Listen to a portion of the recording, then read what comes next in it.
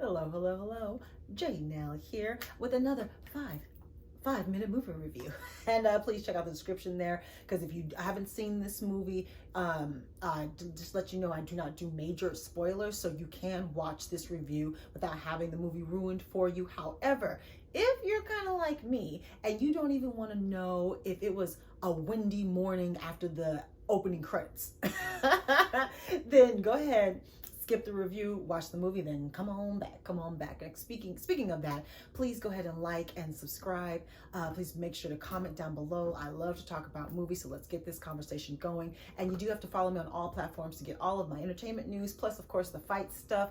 It's Twitter, Instagram, Facebook, TikTok now, Snapchat, all of that stuff. Whew. Now that we've gotten all of that out of the way, all that business, gotta take care of that business. And again, I welcome any comments or suggestions as far as increasing my visibility now that I'm back here trying to do this for real. And yeah, we are here to talk about Fast and Furious 9. Directed by Justin Lin. Now, this movie is 2.5 hours long, and it doesn't have to be.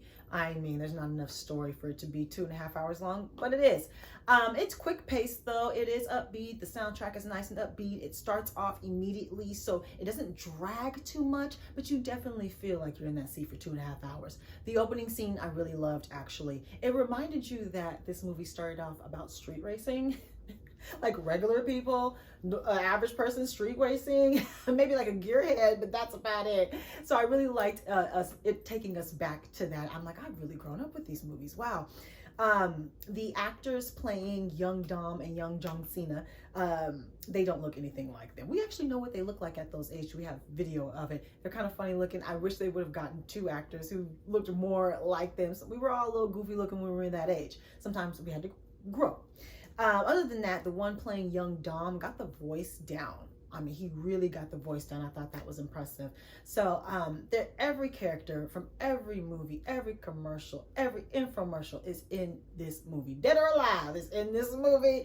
And because of that, again, 2.5 hours, you had enough time to do more character development, to answer more questions. They do tie up some loose ends, but then they kind of create some other questions as well. So you could have given us more, the story's ever expanding. And again, there's not really that much family. And for these movies, it's the family and it's the furiosity. I think I just made up a word there. We love the stunts, but we also love these characters. And there's no really any scenes where they're all together. They're splintered off into small groups, 1, 2, 3-man groups the entire time.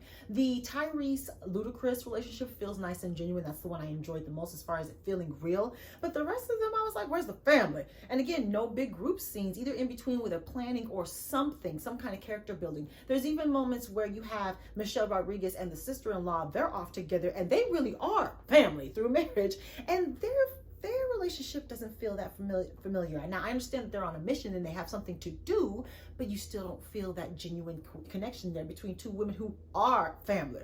So I was really missing that aspect in this movie. And again, when you have 2.5 hours long, it doesn't have to be 2 hours and 15 minutes of stunts. Look, we all love the stunts and the chases and the action and the ridiculousness. We all expect that from these movies now. They have surpassed Marvel. Let's go ahead and talk about it. They're like, yeah, we know that none of this is possible, so we're just gonna roll with it, right? Not only from the action scenes, the defying laws of physics with the magnets, you've seen that in the trailer. Them magnets go being super strong to not strong to somehow missing everybody to being directed to not being directed. Oh, and speaking of MMA fighters, the UFC heavyweight champion, Mr. Francis Ngannou is in the movie. All right, and it happens to do with that magnet scene. So the action is ridiculous, but also they have fully embraced that our characters are now superheroes. I mean, we've known that before, especially with Dom, but they're all superheroes now. Okay, first off, they're bulletproof. Super speed, human strength, indestructible. They can throw their bodies through brick walls and buildings without getting a scratch. Head through the wall, poof, no scratches. I mean, they're all like, I don't know who they are, but they're all superheroes now. So I love how they're fully embracing that now. At one point, one of the characters even says, like, I don't think we can die. Like, literally. And I was like, yes, finally somebody y'all realize that you guys shouldn't be alive. None of you guys should be alive. So I like how they're finally starting to acknowledge the ridiculousness of their journey from regular people, street racers, to Marvel superheroes. Marvel needs to call them for the next movie to collab. Now, there's even one moment where Michelle Rodriguez, she's on a motorcycle, and they're like, yeah, don't forget the plan. And she's like, plan? When you plan stuff, that's when you get hurt. So they're fully acknowledged that their lack of like need for self-preservation is their superpower. All of them. So I like the fact that they've acknowledged that, but not too much, because I don't want them to lean into that, because I think if they start to like care, they'll die. As soon as they start to care about themselves, they'll die. So I like that they've got that nice bounce there. The CGI, there's some moments of bad CGI, which is actually a theme throughout all of the movies. So yeah, they kind of stuck to that. It's a very colorful movie, very vibrant movie. Charlize Theron is not really in the movie at all. I mean, I think like 2 or 3 scenes, although she steals those scenes, you want more of her. So that was underused. John Cena was good in the movie. He was not underused. And they just made it make sense. It didn't make sense, but they made it make sense in their world. So yeah. Oh, did I like it? Did I like the movie? If you're a fan of the franchise like I am, you'll like this movie as well. See it on the big screen just for these amazing carnival-like Marvel-type scenes of ridiculousness. Boom. I think I ran over there like a couple of seconds there. But that is my review of Fast and Furious 9. So now let's go ahead and talk about the future, shall we? Now for the future, I think we already know that there's going to be another sequel, and my main thing is just to bring back the family. You've got to bring back the family. There are enough stunts, there's enough ridiculousness. We actually like these characters, like I said in my review. Even if you're gonna splinter them off into certain groups here and there, but you still gotta take some time to do some more character building.